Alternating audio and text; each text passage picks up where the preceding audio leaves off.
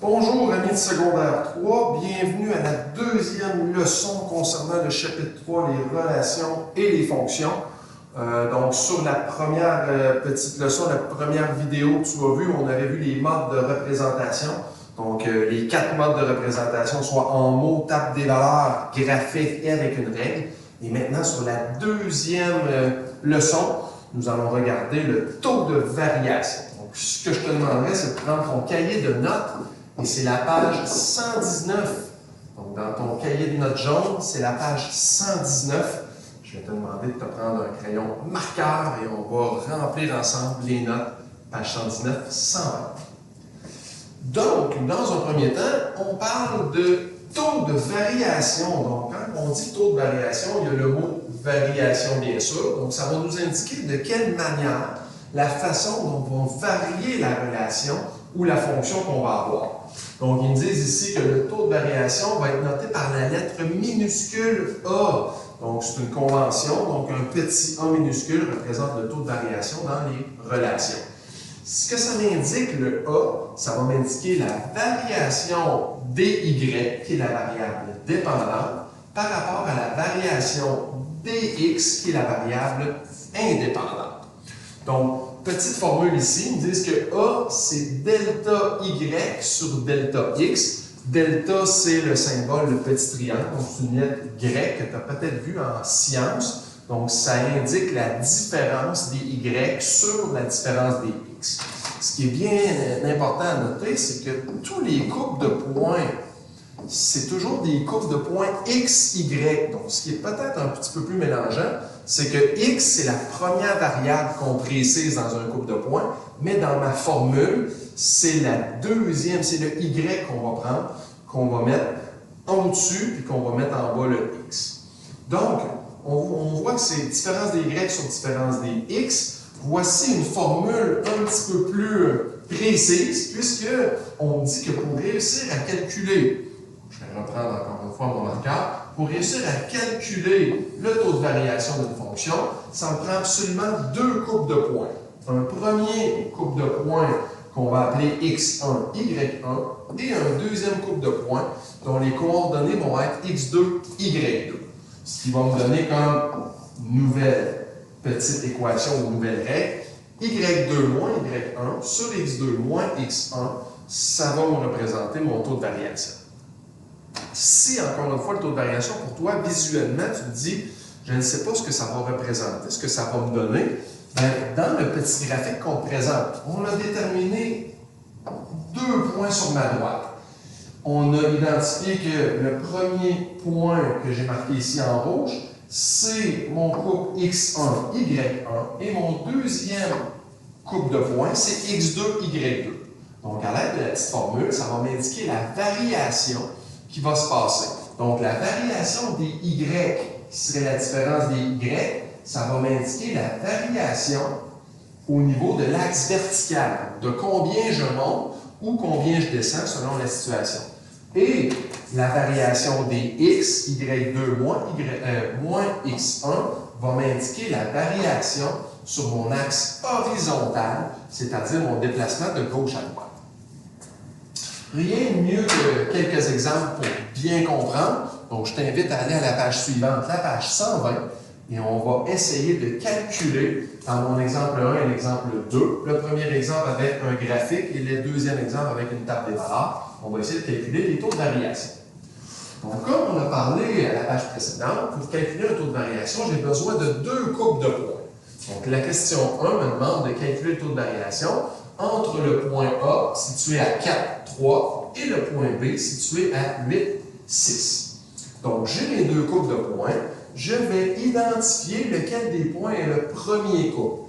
Donc, je peux très bien identifier le couple A ou le couple B comme mon premier couple de points. J'identifie, moi, le couple A, que je considère que le 4, ça va être mon X1 et le 3, mon Y1.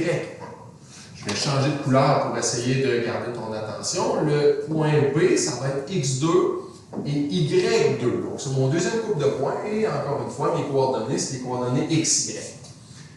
Une fois que j'ai identifié ce qui était le premier couple et le deuxième couple, je peux utiliser la règle qu'on l'a vue précédemment qui me dit que mon A est égal à Y2 moins Y1 sur X2 moins X1. Donc, je peux varier, je peux identifier que mon Y2, c'est ici mon Y dans mon deuxième couple, et selon ce que j'ai identifié, la valeur du Y2, c'est 6. Je vais soustraire la valeur de mon Y1, donc je m'en viens ici. Mon Y1, c'est ma valeur de mon Y dans mon couple A, et ça vaut 3.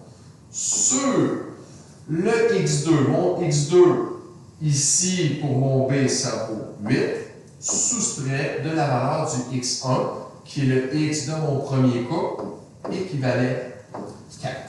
Donc, ma première étape, c'est d'identifier mes deux couples de points, identifier clairement lequel est mon premier, lequel est mon deuxième. Ma deuxième étape est de placer les valeurs, le Y2, le Y1, le X2 et le X1 dans ma formule. Et ma troisième est de calculer. Ici, 6 moins 3 va me donner 3, 8 moins 4 me donne 4. Mon taux de variation pour l'exemple numéro 1 est donc de 3 quarts. Si je veux savoir ce qui signifie mon 3 quarts, bien, je le sais que j'ai une variation ici dy, donc j'ai une variation verticale. Donc le 3, c'est une variation verticale, donc j'ai, en partant du point A, j'ai fait plus 3, j'ai monté de 3 unités. Et en dessous, j'ai la différence des x qui vaut 4.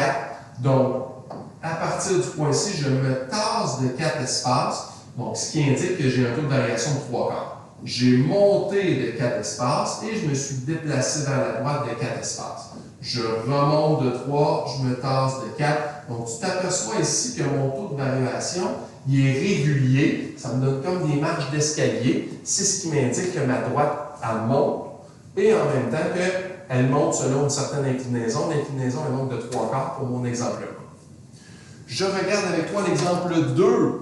Encore une fois, ici, c'est important comme première étape d'identifier deux couples de points. J'ai présentement dans ma table des valeurs 5 différents couples de points. Donc, c'est à moi à choisir et je peux prendre les couples de points que je désire.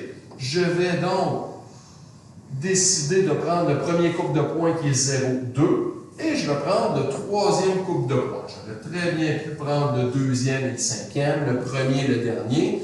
Comme on dit ici dans la petite encadrée, je peux prendre n'importe quel couple de points, c'est moi qui choisis. Pour mon premier couple de points, je vais l'appeler X1, Y1, et mon deuxième couple de points, je vais l'appeler X2, Y2. Donc, encore une fois, je reprends ma formule, donc la formule qui me disait, je prends la différence des Y, donc Y2 moins Y1 sur X2 moins X1, et je remplace par les valeurs que j'ai identifiées. Donc, mon Y2, je reviens ici, mon Y2, sa valeur, c'est moins 18. Moins la valeur du Y1 qui est ici, cette valeur-ci, c'est 2. Donc, moins 18, moins 2, sur la variation des X. Mon X2 qui est ici, et sa valeur, c'est 4, moins la valeur du X1. Et le X de mon premier couple, c'est 0. Ma troisième et dernière étape est de calculer. Donc, moins 18 moins 2, ce qui me donne moins 20, sur 4 moins 0, c'est-à-dire 4.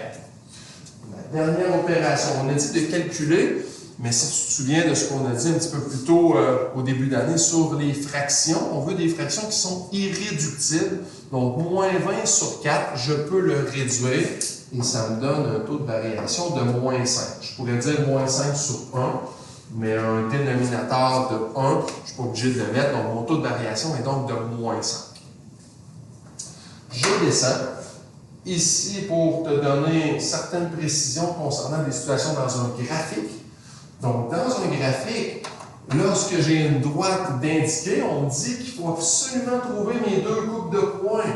Si les deux couples de points ne sont pas clairement identifiés, tu peux prendre des coupes, mais il faut que ces coupes arrivent juste. Donc, dans le quadrillage, je choisis des couples de points qui arrivent juste où j'ai des points précis sur ma droite. et je détermine quel point je prends. Je pourrais très bien prendre le point ici que j'appellerais x1, y1 et prendre mon autre point ici, x2, y2. Je vais passer ma parenthèse ici, là, mais mon x2, y2. Donc c'est vraiment moi qui détermine les coupes de points. Il y en a un qui serait mon premier, un deuxième qui serait mon deuxième. Donc je prends mon marqueur et je vais surligner 3 petites particularités. Donc les taux de variation d'une droite sont toujours constants. Donc, comme on l'a parlé tout à l'heure avec l'escalier, donc si j'ai une belle ligne droite, comme j'ai présentement, mes taux de variation, peu importe les points que je choisis, devraient toujours me donner la même réponse, donc ils sont constants. Deuxième particularité, donc une relation qui est croissante, donc une ligne qui va monter devrait avoir un taux de variation qui va être positif, et contrairement à mon deuxième énoncé, une relation décroissante, donc une droite qui doit descendre, a un taux de variation qui serait négatif. Et il nous reste seulement quelques exemples encore à regarder ensemble. Le numéro 1 et le numéro 2, je vais seulement identifier avec toi lequel des coupes est le premier, lequel est le deuxième, et je vais te les laisser les calculer. Et je vais plutôt m'attarder au numéro 3, qui est un cas peut-être un petit peu plus particulier. Lui, on va le compléter vraiment ensemble. Donc, pour la question numéro 1, on offre 2 coupes de points. Donc, le point moins 4, 17, et le deuxième qui est 7, moins 14.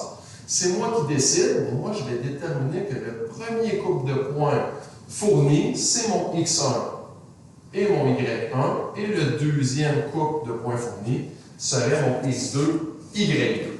Je te rappelle que l'important, c'est que j'ai des coupes de points x, y, donc impossible d'avoir des coupes de points y, x, mais lequel est le premier, lequel est le deuxième, c'est vraiment toi qui décides.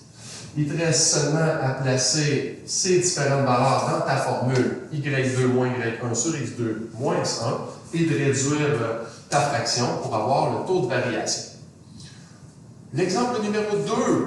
La même chose, j'ai 2 coupes de points. Je le sais que les dessins dans tes notes de cours ne sont pas très clairs. Donc, le premier coupe de points que je vais identifier comme étant x1, y1, c'est 0 et le y, c'est 3.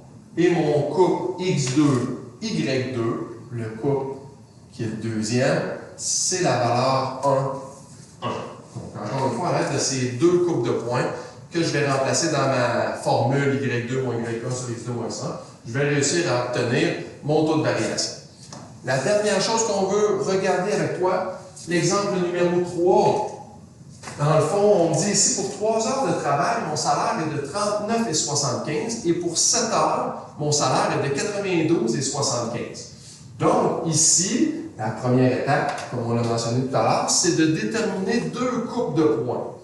Puisque le nombre d'heures, c'est la variable indépendante, donc ici, on va créer 2 coupes de points. Donc, le coupe 3, 39,75, qui indique que pour 3 heures de travail, j'ai gagné 39,75.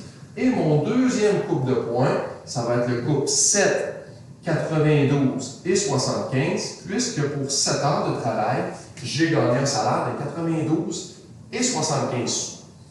À toi de bien identifier le x1 et le y1, de même que le x2 et le y2, et de le remplacer dans la formule du A pour réussir à trouver le taux de variation. Donc, je te laisse sur les réponses pour ces 3 petits exercices. Donc, la première valeur, le A, devrait te donner moins 31 sur 11, donc un taux de variation négatif. Le numéro 2 devrait te donner comme taux de variation moins 2. Ça pourrait être moins 2 sur 1. Je te rappelle qu'un dénominateur de 1 n'est pas utile, n'est pas nécessaire. Et au final, le dernier, le numéro 3, mon taux de variation devrait être 53 sur 4. Et si tu veux le réduire, le mettre en chute à virgule, ça devrait me donner 13,25. Donc, je te laisse compléter ces différents exercices-là en espérant que tu as bien compris la leçon. Bon travail!